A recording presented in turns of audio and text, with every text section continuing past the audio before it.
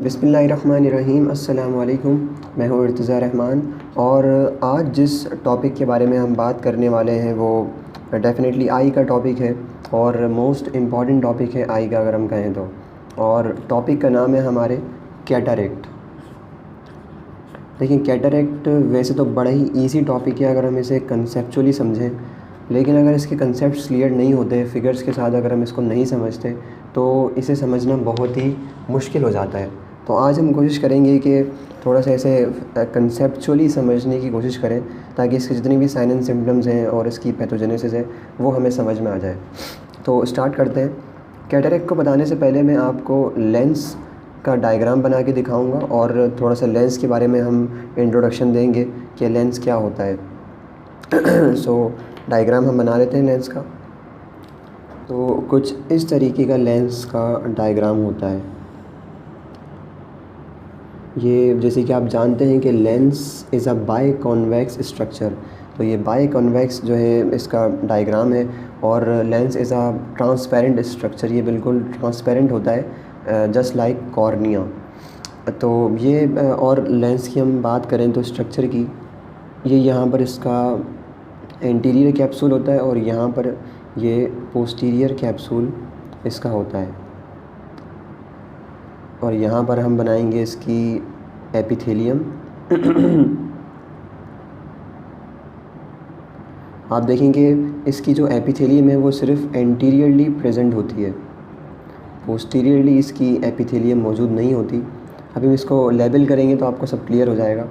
और ये इसका अंदर एक न्यूक्लियस होता है,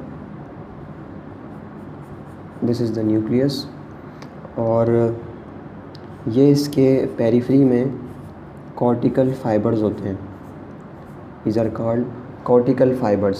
अब हम ज़रा इसे लेबल कर लेते हैं थोड़ा सा ताकि हमें मज़ीद क्लियर हो जाए। So this is the nucleus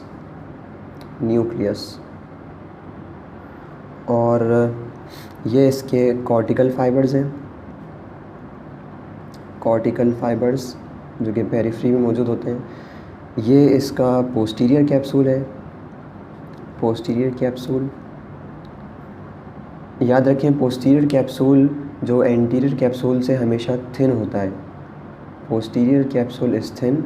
और जो हमारा यहाँ पर एंटीरियर कैप्सूल है, एंटीरियर कैप्सूल ये होता है थिक। और ये इसकी जो एपिथेलियम है, this is the epithelium, epithelium. ये एपिथेलियम जो है वो क्यूबाइडल होती है, क्यूबाइडल एपिथेलियम यहाँ पर। और ये जो इसका पोर्शन है जो पेरिफेरी का, ये यहाँ से यहाँ तक जो पोर्शन होता है इसे हम इक्वेटोर कहते हैं, इक्वेटोर। और यहीं से एपिथेलियम जो है वो ग्रो होती है, इसके सेल्स जो है वो रीजनरेट होते हैं।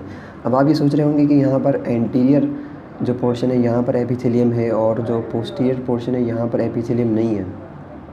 तो उसकी रीज़न ये है कि जब बर्थ होती है इन दी एम्ब्रियोनिक लाइफ, तो एम्ब्रियोनिक लाइफ में यहाँ पर एपिथेलियम मौजूद होती है, लेकिन बाद में ये एपिथेलियम डीजनरेट हो जाती है, ख़त्म हो जाती है। तो इसलिए सिर्फ एंटीरियरली एपिथेलियम रहती है जो कि क्यूबाइडल एपिथेलियम है और पोस्टीरियरली कोई एपिथेलियम यहाँ पर नहीं होती। सो एक सिंपल सा डायग्राम था लेंस का। हमने आपको बता दिया कि lens is a biconvex structure और it is a transparent structure. Lens जो है इसका मेन फंक्शंस आपको पता है कि रिफ्रैक्शन करवाता है, लेंस जो है वो कन्वर्ट्स करता है लाइट रेस को रेटिना की तरफ, और लेंस एकोमोडेशन के अंदर भी हेल्प करता है। ये इसके मेन फंक्शंस थे। अब हम लेंस के पावर की बात करते हैं कि लेंस का पावर कितना होता है। देखिए, टोटल जो आई का पावर है, जो टोटल आई बॉल का पावर है वो होता है 60 डायोप्टर्स। हम पावर ऑफ द आई को डायोप्टर में मेजर करते हैं। तो टोटल आई बॉल का जो पावर है वो होता है 60 डायोप्टर, जिसमें से कॉर्निया का पावर जो होता है वो होता है 40 to 45 dioptre, 40 to 45 dioptre, plus जो लेंस का पावर है वो होता है, आप समझ सकते हैं यहाँ पर 15 to 20 डायोप्टर्स। तो ये दोनों, इन दोनों के पावर्स मिलके आई का एक कंबाइंड पावर बनता है जो कि 60 डायोप्टर या 59 डायोप्टर भी कुछ बुक्स में लिखा हुआ है। ये जो है वो लेंस का पावर हुआ। अब यहाँ पर हमने 2 फाइबर्स ड्रॉ किए हैं, एक है न्यूक्लियर फाइबर जो न्यूक्लियस में होते हैं और दूसरे कॉर्टिकल फाइबर्स जो कॉर्टेक्स में होते हैं। अब इन फाइबर्स के दरमियान भी डिफरेंस होता है। अब हमें उन डिफरेंस को समझना है कि डिफरेंसेस क्या क्या होते हैं। तो हम बात करते हैं इन दोनों के डिफरेंसेस की। यहाँ पर मैं न्यूक्लियर फाइबर्स को एक्सप्लेन करता हूँ और यहाँ पर साथ ही कॉर्टिकल फाइबर्स को। कॉर्टिकल फाइबर्स याद रखें, जो न्यूक्लियर फाइबर्स हमारे पास होते हैं, nuclear fibres they are the oldest fibres. यहाँ पर जो फाइबर्स हैं ये ओल्ड फाइबर्स होंगे, ओल्डेस्ट फाइबर्स होंगे, जबकि कॉर्टिकल फाइबर्स में वो फाइबर्स होंगे जो यंगेस्ट होंगे, यानी न्यूली जनरेटेड होंगे, न्यूली प्रोड्यूस्ड होंगे, यंगेस्ट फाइबर्स। जो हमारा न्यूक्लियस है, न्यूक्लियस याद रखें ये मेटाबॉलिकली इनर्ट होता है। इट इज़ मेटाबॉलिकली इनर्ट का मतलब क्या है कि यहाँ पर मेटाबॉलिज्म नहीं होती, मेटाबॉलिज्म इज इक्वल टू 0। और ये कॉर्टेक्स जो होता है ये मेटाबॉलिकली एक्टिव होता है, मेटाबॉलिकली एक्टिव। कॉर्टेक्स के जो फाइबर्स होते हैं ये सॉफ्ट होते हैं और न्यूक्लियर जो फाइबर्स होते हैं ये हार्ड होते हैं। So hard fibres and soft fibres. इसी वजह से जो कॉर्टेक्स है इसका जो रिफ्रैक्टिव इंडेक्स है वो कम होता है न्यूक्लियस से, ऑलमोस्ट 1.39 इसका जो है वो रिफ्रैक्टिव इंडेक्स होता है। और जो न्यूक्लियर के फाइबर्स का रिफ्रैक्टिव इंडेक्स है वो होता है 1.42 क्योंकि यहाँ पर हार्ड फाइबर्स हैं तो इसलिए रिफ्रैक्टिव इंडेक्स भी ज़्यादा होगा। ये ज़्यादा लाइट को कन्वर्ट्स कर सकते हैं nuclear fibres as compare to these cortical fibres और कॉर्टेक्स। तो ये 4 डिफरेंसेस आपको याद रखने हैं इन दोनों के फाइबर्स में। Oldest, metabolically inert, hard and 1.42 is the refractive index. Cortex fibers are youngest fibers, metabolically active, they are soft और इसका रिफ्रैक्टिव इंडेक्स कम होता है न्यूक्लियस से 1.39। तो ये थोड़ा सा इंट्रोडक्शन था लेंस के हवाले से। अब इसकी मेटाबॉलिज्म की बात करते हैं कि इसमें कौन कौन सी मेटाबॉलिज्म होती है। तो याद रखें लेंस की जो मोस्टली जो मेटाबॉलिज्म होती है वो होती है एनएरोबिक मेटाबॉलिज्म होती है इसकी, एनएरोबिक। और एनारोबिक ग्लाइकोलाइसिस के ज़रिए इसकी मोस्टली मेटाबॉलिज्म होती है। जैसे कि आप जानते हैं कि लेंस जो है वो न्यूट्रिशन हासिल करता है एक्वियस ह्यूमर से। एक्वियस ह्यूमर जो है वो लेंस को न्यूट्रिशन भी फराहम करता है और जो वेस्ट प्रोडक्ट्स हैं इसके लेंस के उसको भी साथ साथ ड्रेन कर लेता है। तो न्यूट्रिशन इसकी वहाँ से आ रही होती है। तो जो मेटाबॉलिज्म है वो एनारोबिक ग्लाइकोलाइसिस जो है वो इस लेंस में होती है मोस्ट कॉमनली, और 80% जो है वो ये एनारोबिक ग्लाइकोलाइसिस होती है। इसके बाद जो मेटाबॉलिज्म है वो होती है एचएमपी शंट के ज़रिए से। HMP shunt means hexose monophosphate shunt, जो कि 15% इसकी मेटाबॉलिज्म प्रोवाइड करता है। और 3rd नंबर पे जो होती है वो एरोबिक के ज़रिए होती है, एरोबिक क्रैब साइकिल के ज़रिए, क्रैब साइकिल जो कि 5% होती है।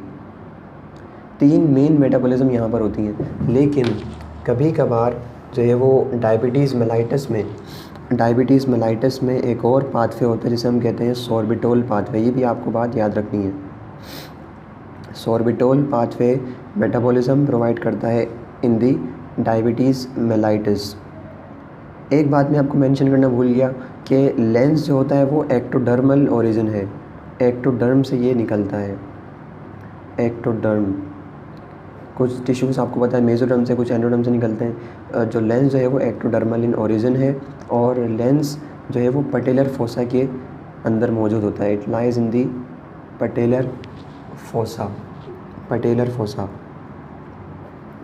तो ये लेंस की लोकेशन हो गई, it is ectodermal in origin. हमने लेंस की पावर के बारे में बात करी है यहाँ पर।